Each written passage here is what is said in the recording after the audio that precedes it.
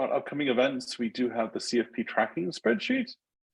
I don't know if anybody has added anything to it yet, but we do have some things that are upcoming that hopefully are somewhat exciting. So on OpenSSF Day, Frederick and I did get something in for call proposals, so that's good.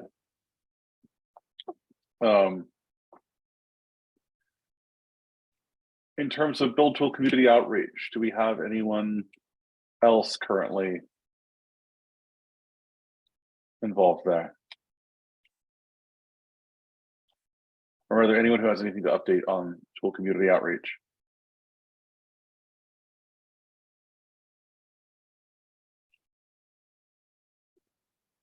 Okay.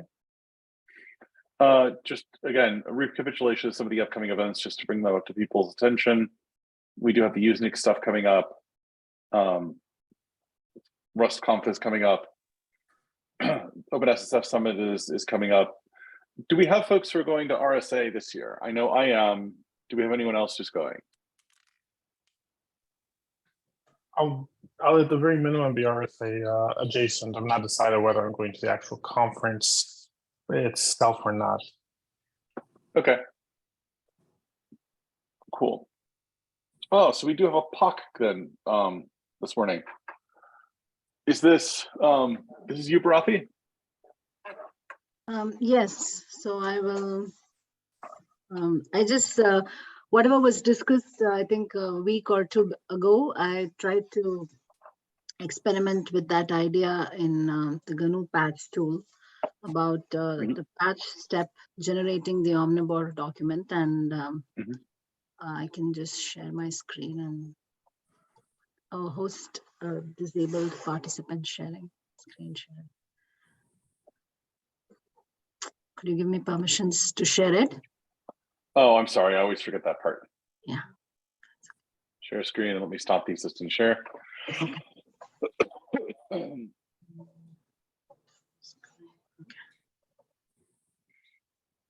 So you can see my screen.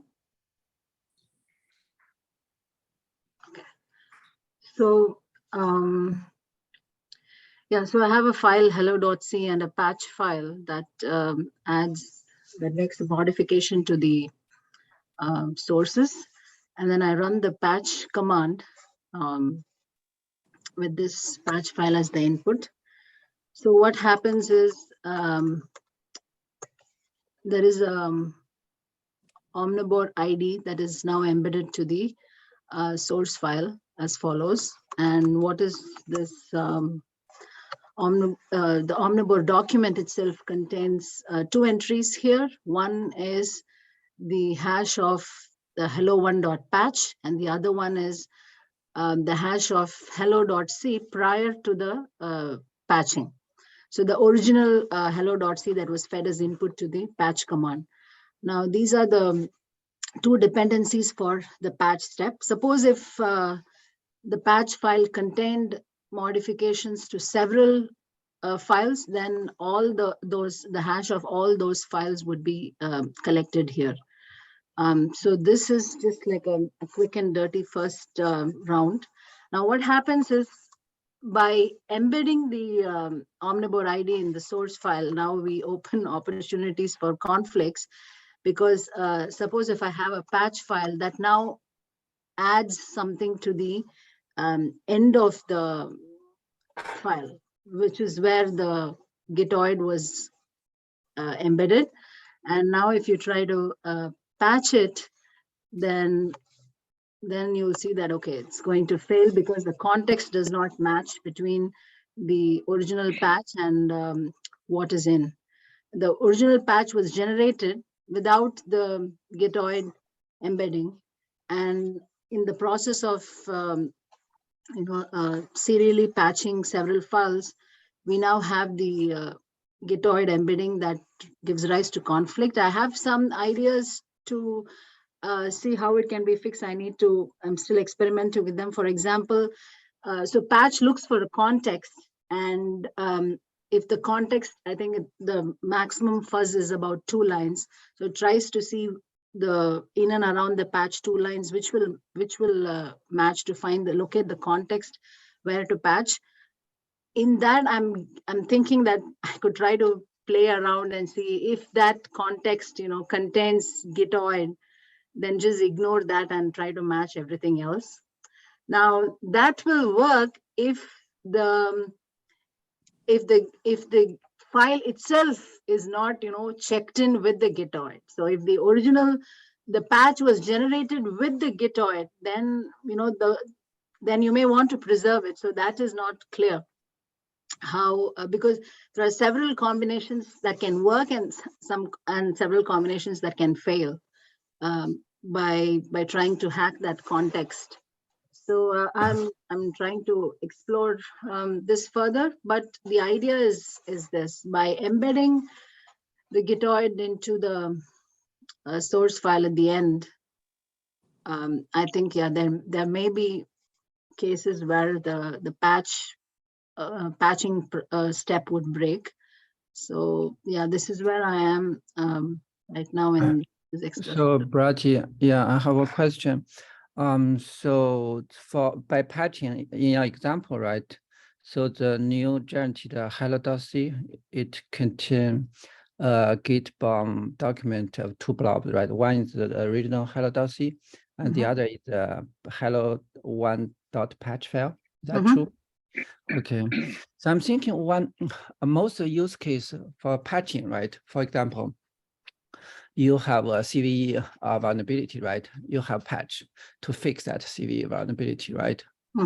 So by doing this patch, you essentially add this old hello.c as a new patch hello.c into the same Git bomb tree, right?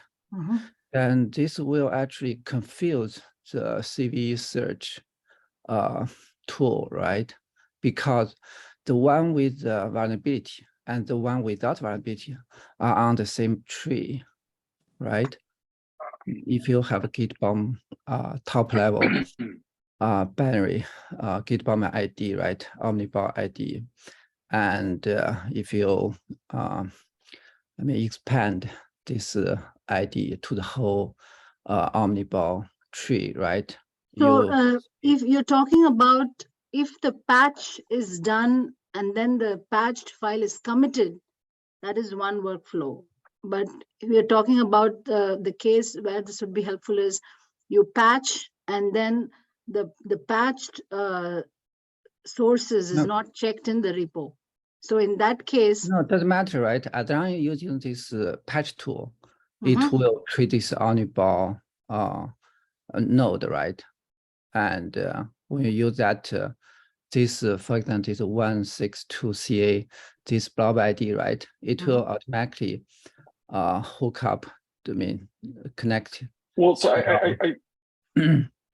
I think what we really have going on here is a question of when you do and don't utilize OmniBOR stamping, the patch tool, right? So Youngkui, we basically we have the following sorts of circumstances, right? Either these are sort of common patterns that people use, and they're not used universally. You either have a pattern where someone, and Yocto, for example, does this, always starts with pristine source code and a pile of patches that get applied at build time. And so what you'll always have in that situation is, as you pointed out, in this case, you will always have the known vulnerable file in your tree, but that's actually something you want to detect. You don't want that to be obscured just because you applied patches, because you have no way of knowing a priori that in those pile of patches are a patch that fixes your vulnerability. By tracking both the original source code file and the patches, now you can actually know, okay, I have potential vulnerability here by virtue of having this original file, but you can attribute to a given patch the fix for the vulnerability. So you actually can gain that visibility in that particular workflow. Now, if you then look at a case where I'm simply, fast forwarding to a version in Git that has a fix that was committed upstream, in that case, you shouldn't see anything terribly different, because that has already been committed upstream. The stuff that you're doing to look for the the fixed version being present as opposed to the unfixed version should all continue to work. Now, you could then have sort of the oddball case of I go and I generate a patch from the upstream and I apply that to my local version that just brings that one fix, and I commit that to my tree, right? And in that case, you could, if you chose to use OmniBOR when you're doing that, as part of your code commit process, you could produce the kinds of pathology that you're describing. However, I think what's being envisioned here is the use of an OmniBOR mode for patch when applying patches automatically at build time, not necessarily at commit time. Did that make sense? Yeah, I think it makes sense. I agree with that. It's just I'm thinking just from another point of view, right? Is that this will create more challenge for the tools to utilize this OmniBOR tree, right? Because now you seem to need to have more knowledge on the node, right? Some are due to this patching, some are due to the build, right? They are actually different. So you need more knowledge like that to be able to handle it. I'm not just saying it cuts both ways, actually, right? Because on the one hand, if I have a case where I'm using the apply patch at build time workflow, which is fairly common, that workflow will, without the patch tool approach here, completely obscure the fact that you're actually bringing in a source code file that has the vulnerability, right? And so you would basically potentially miss important things there. Now, you're correct that, and so effectively what I'm saying is, in the patch apply at build time case, you would produce false negatives for finding the CVE. This takes you back to a place where you're no longer producing false negatives, but as you've pointed out, you may produce a false positive if you don't have the additional information that one of those patches contains the fix. Now, it is possible to recover from that false positive by having the additional information that a particular patch contains the fix. And so in my mind, it's sort of the unrecoverable false negative versus recoverable false positive as the set of trade-offs. Does that make sense? Yeah, I think so. I agree. Yeah, it makes sense, and it does cover some use case. I'm just thinking its value. It may, definitely it will complicate I think the scenario, especially for the application or use of OmniBOR ID, right? But it does cover some this kind of use case, and I think it's doable and it's valuable. But I just have some thought on the most widely used case probably. Also, it's challenging to do the embedding in this case, right? You must do the probably non-embedding mode, right? That's much easier. It should be much more flexible for the patch tool, right? Well, I mean, yeah, I understand entirely that, and there's still stuff bouncing around in my head versus embedding versus non-embedding mode, because non-embedding mode brings a different set of complexities. And I think there is some stuff around the discussion, although I don't think we have Jeffrey here, that Jeffrey had about rules that I think illuminates a little bit of some of that as well. Yeah, with rules, if you do non-embedding, that's much more flexible. We can almost incorporate any such rules or anything like that, or even can create two OmniBOR trees. One, for example, with the classic definition, one with anything that's customizable, right? Because we can always update the tree actually later. Yeah. Anyway, yeah, it's just my some thoughts on this. Just my 2 cents. Yep. I did think about using your current CV tool, and I do think that this should not break the way that OmniBOR message CV tools functions, because the understanding is the patch file will come from the repo. You will not have like, it should not, while theoretically it can, you're not generating this patch file on the fly and then patching it, but the patch file comes from the repo. So you can clearly say the fix CV fix comes from this commit, which is the commit of the patch file. And hence you will be able to trace it. So I do not think your existing CV BOR message tool would need to. No, definitely we'll need some enhancement to support this, I think, right? You cannot just blindly make it will work, right? It will.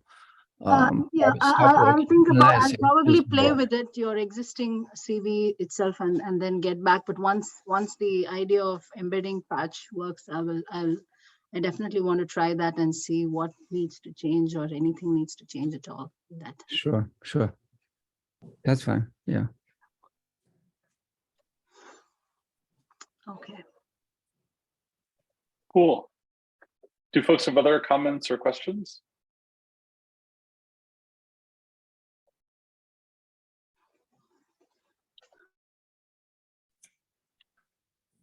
Awesome. Let me go ahead and share the agenda again.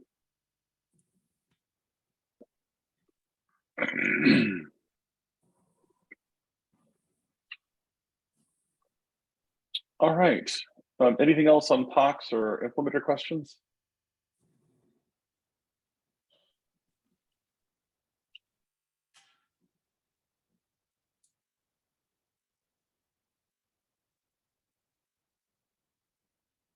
Okay. So I did bump up active discussions here because we didn't quite get to them last time, although I think probably the tagging what inputs are for, we probably want to wait until we have Jeffrey on the call, since he's involved in a lot of that. And on the new introduction, I don't know, I think we went over it last time.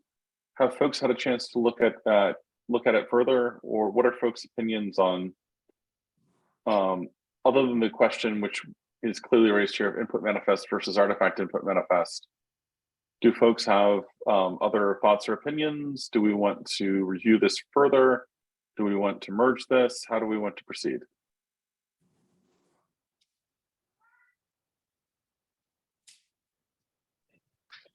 I still need to read through it, but I don't think that should block it from merger either if everyone's ready to go. Yeah, I will point out that my preference for artifact input manifest, having now written a bit, I think I've shifted to preferring input manifest personally, which is what's currently represented here, just because it's shorter and more conversational in writing than artifact input manifest. So I sort of semi-withdraw my my position here. So do we want to go ahead and merge this? Yeah, I think we have discussed quite a bit on artifact input manifest versus input manifest, and even in the last call, I think there was no objection to artifact input manifest. Okay. Okay. Are folks okay with going ahead and merging this then? Do we want to wait for more review? I'm okay either way. I think we can merge to. And it looks like Ava still hasn't fixed the branch protections. They were supposed to be toned back to only requiring one approval, because the 2 approvals is fine in gigantic communities, but they're problematic in communities this size. I'll go back and check with Ava about what happened. Do you have access to change it? I do, but it's sort of it's an involved. I mean, I can go take a look at the settings for the branch protections for this.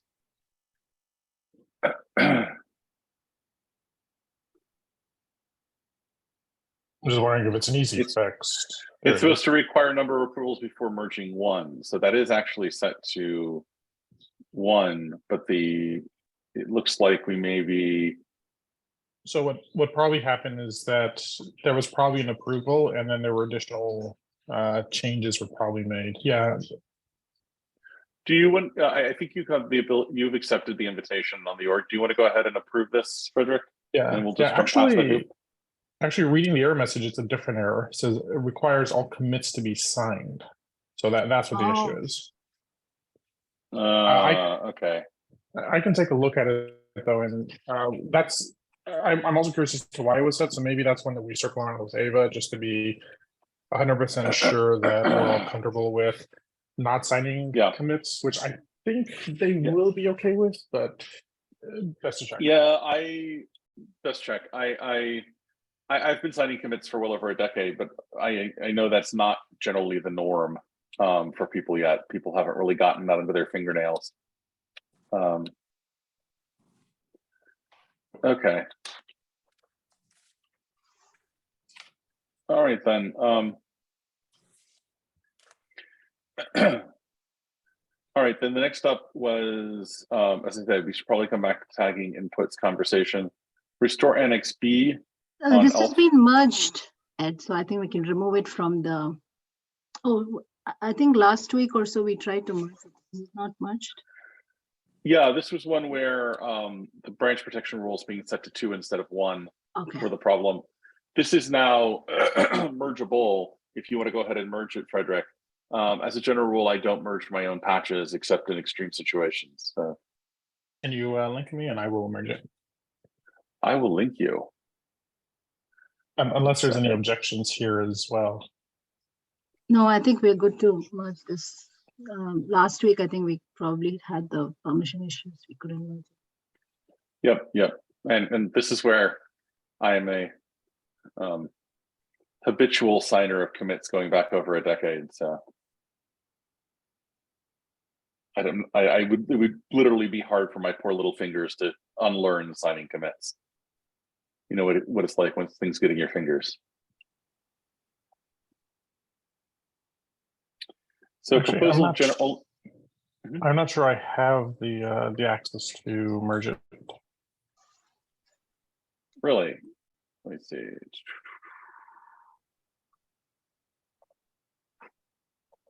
All right, I will have to go look at that offline then and figure out what's going on there. Yeah, I may have to reissue some invitations to folks. No problem. Okay.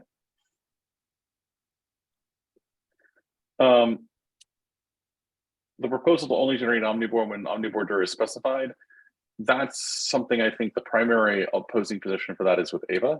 Ava is currently on a vacation this week, and I think next week, and so won't be around for that.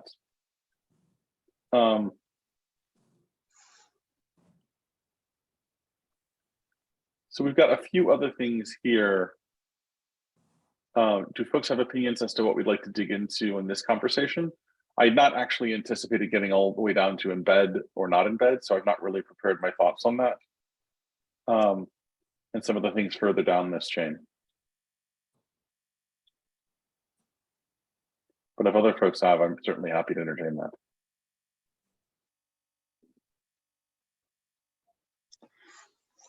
I think we need to discuss on. We're not talking about the embed or not embed mode today, right? So, if you look, did you ask for other topics to discuss? Sure. Okay, so I was wanting to bring the metadata discussion, but I thought I'll prepare an issue for that first. But in terms of collecting what ideas to include in that issue, if we can discuss now, I can go ahead and prepare, open an issue for that discussion. Oh, sure. No, absolutely. So go ahead. The floor is yours. Some of my thoughts are definitely just looking at the hashes is not manageable by a human. So I think we need to have additional metadata, maybe adding file names, even though it doesn't matter, 2 files could be named differently but have the same hash.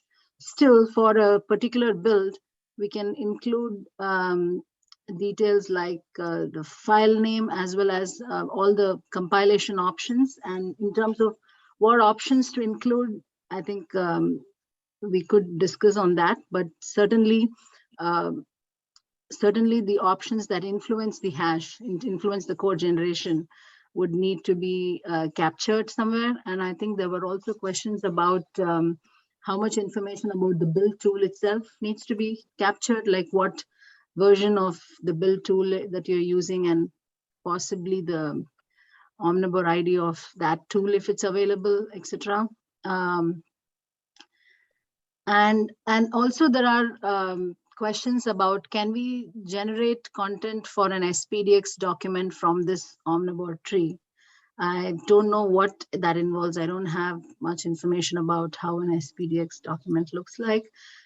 So what are the fields populated in there? But does it make sense to provide some information that is typically collected in that document as metadata in here, if that makes sense? And any other items qualify as metadata?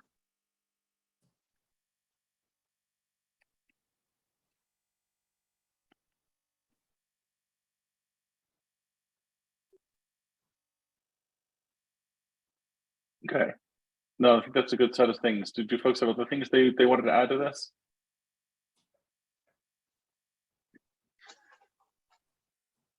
Yes, I think, yeah, these methods are very useful. For example, I think BOM already collect most of the information already. It's just through the tool, by default, there's no such option, right? Then just adding more command line options, then we will be able to collect all of the information. Yeah. So by default, I think it only collect file name, command line, that kind of thing. Build tool information is a separate command line option. I think if we can do the SPDX document generation with the tool, that will also be very useful. I think at least Cisco is working that. Yeah, I guess the one question that I would have, and sort of the one gap for SPDX document generation, is basically how to map source geoids to SPDX component name, version, supplier. Yeah. Because those are sort of the three fields there. Yeah. Yeah, and that's the interesting question, is like, how do you index source code file names to that? And so that's the place where a little bit of cleverness of thought would go. I think, yeah, if we collect this information as metadata and it's attached to, pointing to our GitHub tree node, right, like that. So maybe like the input rule that comes in can be just a server user, collect as metadata instead of trying to, change the OmniBOR tree definition format, right? This is more extensible, more, flexible, I think. Yeah, I tend to agree with that. Yeah. Other folks? Yeah, this is about where to store the metadata, right? I don't think it will be a part of the OmniBOR tree. We decided that it will be under the separate .metadata directory. So that also would need to, where to store that is probably another topic of discussion. It's like the let's see, the embedding versus non-embedding, right? If we try to embed these metadata into the tree, that's very challenging. But if I don't think we should embed all this information within right. It will be external to the tree. Yeah. So but a pointer should be somehow. I think that is why we decided to name the metadata as the OmniBOR document ID itself, so they could be linked. Right. David has. We've got a hand up. Yeah, we've got a hand up from DTP. So one other thing as part of this discussion is how do we then assign or attest the to the information? And so one of the other things I'm involved with is the IETF's SCIT proposal, which is a federated SBOM storage system. And a critical part of that is signing the documents that are uploaded. So as we're talking through this, I'd like to make sure that we create something that's easy for the tools to generate, easy for our tools to consume, which I think, have been core tenets, but also something that's easily attested. And the attestation or multiple attestations, for example, one for the OmniBOR document, maybe there's another attestation for the metadata, I'm not sure. But, let's think about how these things can be signed or attested to and then manipulated kind of in a store someplace. So I remember the discussion, not discussion, just mentioning integration of BOMS and in total tool, right? In total is a framework to do signing for your build steps so that you trust all your build steps like that, right? Mm-hmm. So I'm thinking in that direction, maybe we can try. Sorry, go ahead. I think that would be great. The question is how many, if we run the tool 50 times, or, if there are 50 different shell outs as part of a build, is that going to generate 50 different signatures that each have to be validated? If you it's a chain of signature, I guess, but assume each build step. So not sure if it's for each from .c to .o, we sign all of them, then that will be a lot. Actually not sure exactly in total how much overhead for that. But I'm assuming that, for example, when we generate OmniBOR ID like that, it's not every time we do the build at development time, right? It's just when you do the delivery, go to production, we do that. So even it takes, a lot of overhead, it's fine. We don't do it frequently, but maybe I'm wrong.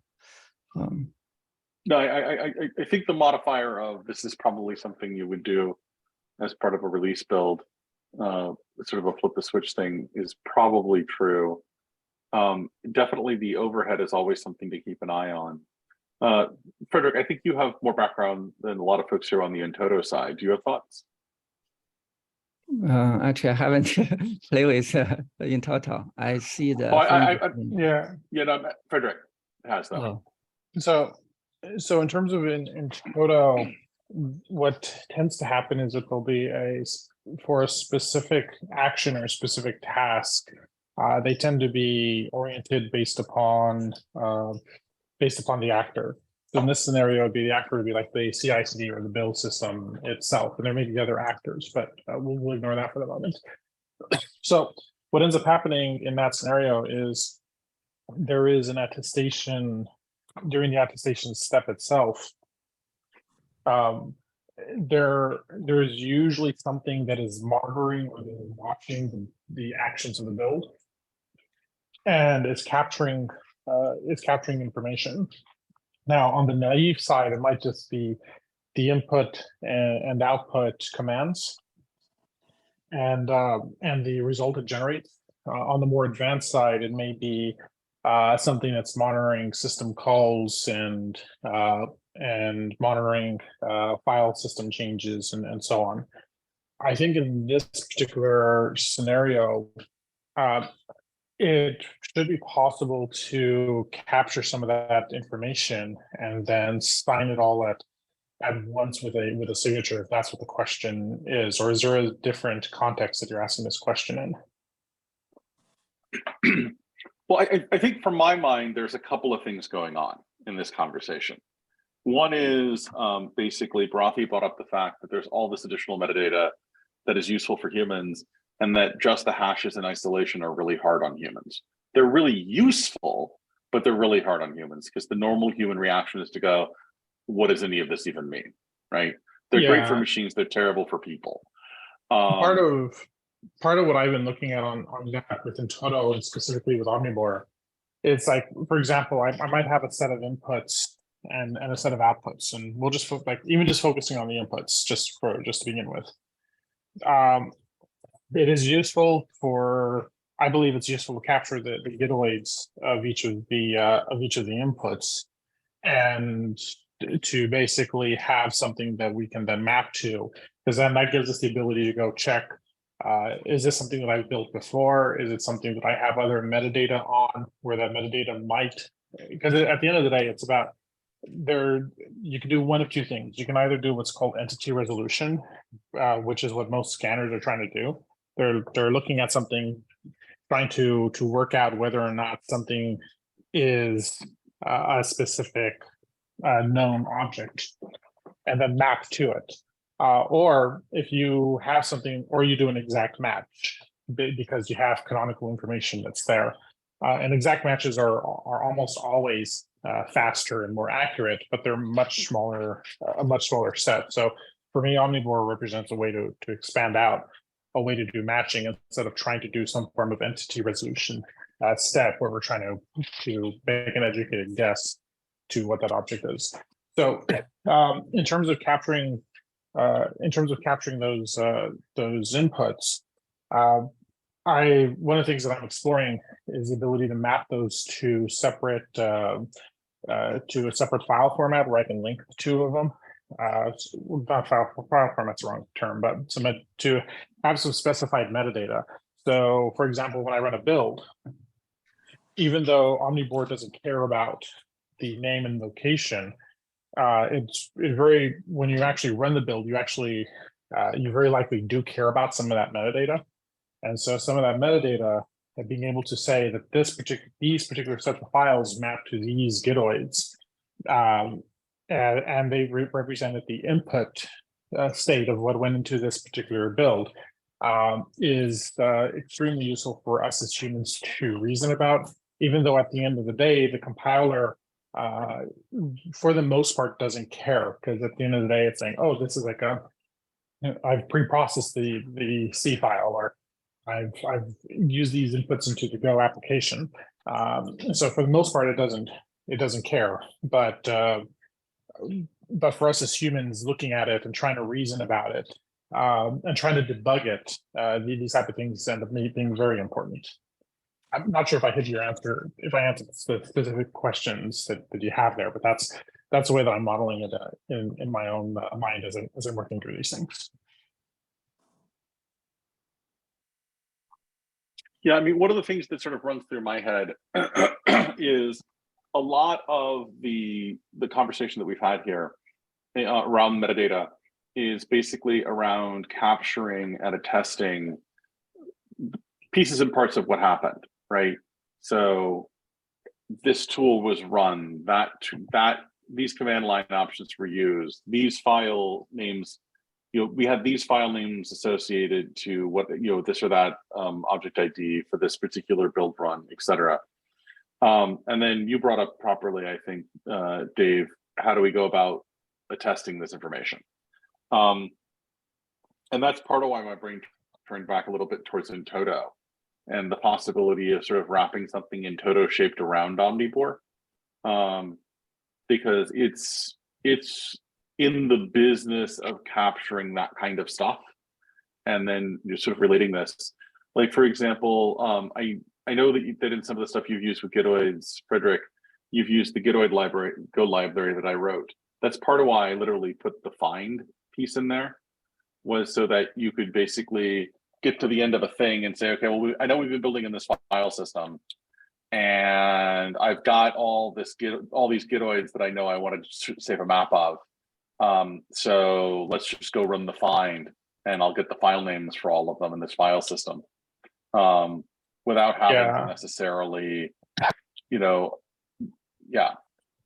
One of the things, because at the end of the day, what Intoto is trying to do is validate that you followed a specific process and to provide you with information so that you can work out what happened to it.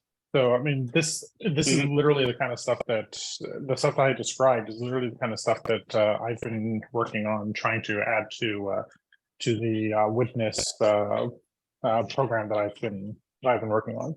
And the basic concept behind it is around not just how do we do the attestations, but I want to be able to tie this to actual executable policy where I can ask questions like, what build system was this thing built on? What was the compiler?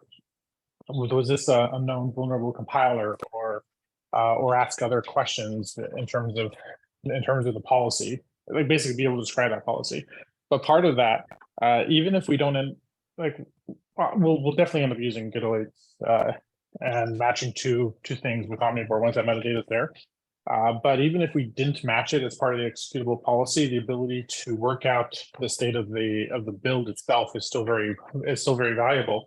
But one of the things that really drew me to it, because we could just stick a whole bunch of this information into directly into the Intoto attestation itself.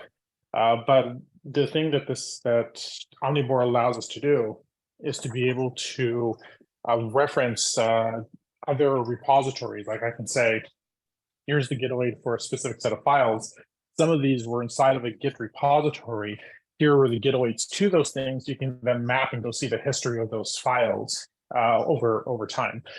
And so being able to do that linkage between source from back to source without having to include all of the information within it into the Intoto, all I have to do is include the tag. Means that I shrink the total attestation size, but I'm not losing the fidelity of the information there. But if I need to go and pull that information, I can still have that information loaded off to the side somewhere, object storage or some other system. So that way that I can go pull it and check it in more depth if I need to do so, depending on my needs and my policies needs. So for me, it's about maintaining that linkage, but it's also about getting the compression or getting the smallest thing I need in order to validate that the head of this thing, the same way like with Git, you don't check the whole tree necessarily. You just check like, is the latest one signed? And then you can fast forward from there over time and still be okay. But if you want to do a full check of the whole tree, if every commit is signed, you can still do so if you want. So I sort of think of it in that respect. Cool.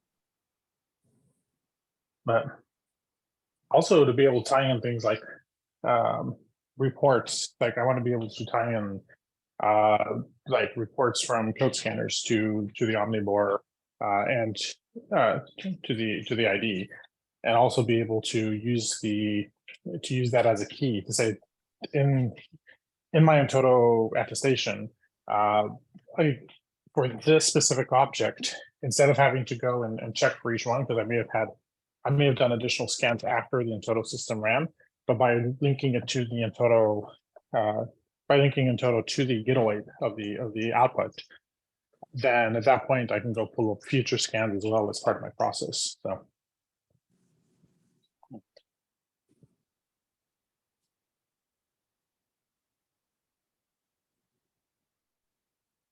So I still think it's probably valuable to create an issue, Bharathi, if you have the time for it.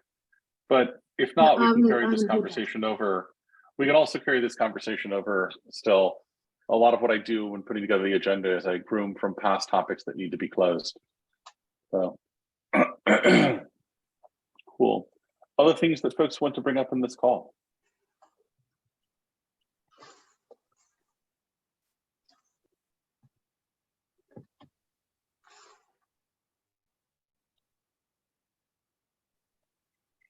All right, then I'm inclined to yield back the rest of the hour, and I'll see all of you next week. Thank you. Hey, there you go.